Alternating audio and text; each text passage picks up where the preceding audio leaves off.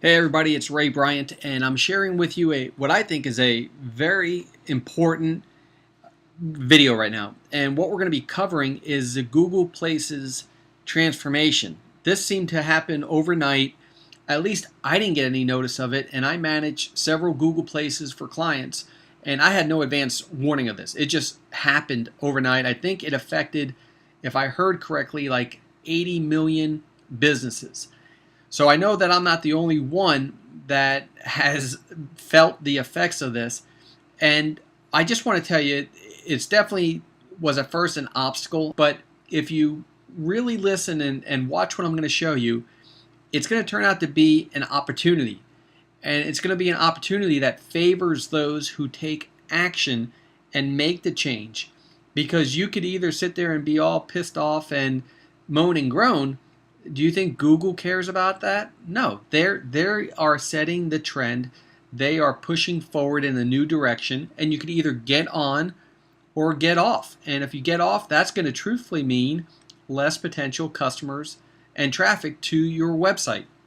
So with that being said, let me go over how I understand the changes and how I think you can position your business to really benefit from this new Google Plus local environment. Now, previously, what you had is that when you went to a Google Places account, other than this just saying explore Google Places, now it says explore Google Plus local. Once you got into that, you were able to control the aspects of a page that looked, and let's just search for one here so I can show you what I'm talking about. Let me just do hardware store because that's a big enough chain, and you'll see here. These are typically the Google Places accounts that you and I have been familiar with. If I clicked on Lowe's, for example, this page right here is identical to what a Google Places account would look like.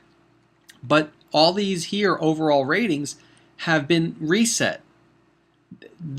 I don't trust that these overall 3 is accurate, because my clients that I have had overall ratings of 5s have also been reset to 3, and those were completely white hat legitimate reviews being posted.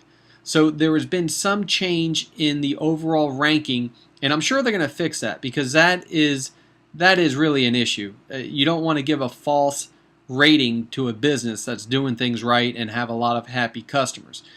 My point of showing you this page is that this is what I refer to as the external view of Google Places. So in my opinion, there's really 2 types of Google search environments.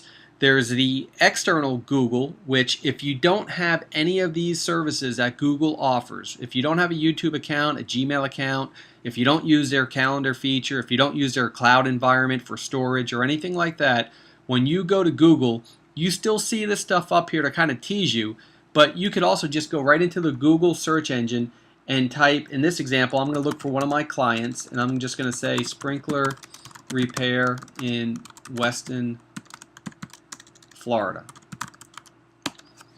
And I'm going to find that my client in this case is doing well. He's ranking number 1 in the overall search for that.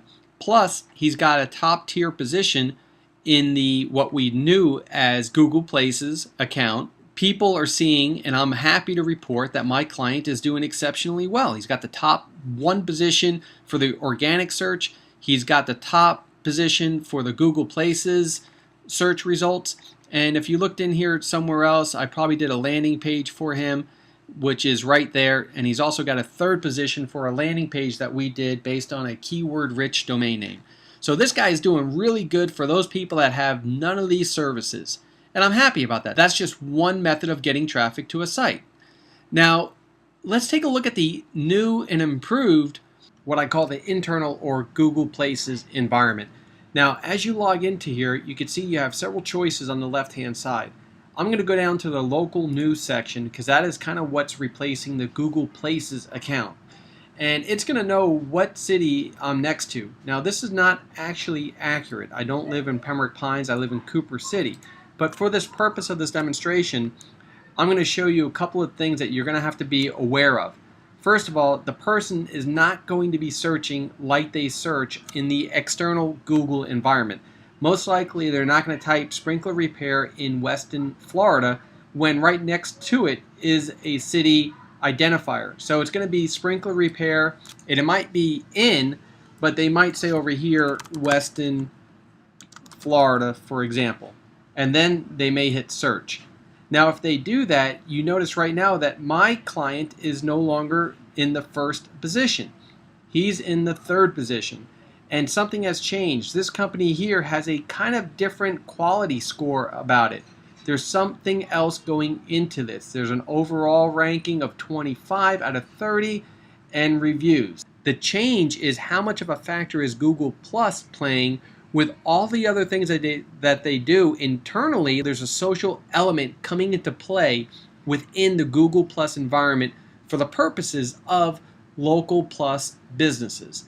Now, if the person up here doesn't want to put sprinkler repair in, they just want to do sprinkler repair and let this thing do its business, like sprinkler repair, and then come over here and let this be Weston, Florida, and hit search, you'll see that it is changed. Now, best practice is obviously maintain your Google Places account, but also explore what other components within Google Places are playing a factor into this search result. Now, that was a lot to chew on, but that's why it's so important for you to be the first ones into this type of new environment and the first ones to really take advantage of this opportunity. Unfortunately, a lot of businesses don't know where to start, and as a result of that, they never do start. My business specializes in helping you understand how you can harness the power of the internet, learn what is changing. It's constantly evolving. In the fire service, we have something called a size up. And that means when you get on a scene, you provide an initial size up. And you have to constantly be monitoring for changes in that fire behavior, because a change could have detrimental effects on the crews working either inside the building or around the building. Well, the internet and with marketing, it's kind of the same. You constantly want to be surveying what's going on around you so you can adapt and overcome to any changes that you may face. This is a perfect example.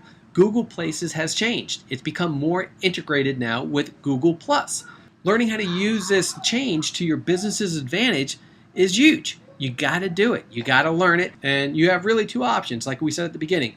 You could either do nothing and lose potential customers, lose traffic to your website, and eventually get on board, or you can start taking action today and learn how you can start utilizing these type of opportunities to put your business in the top position.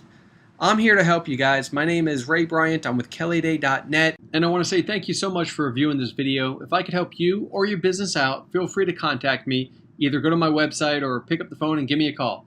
Thanks again, and have a great day.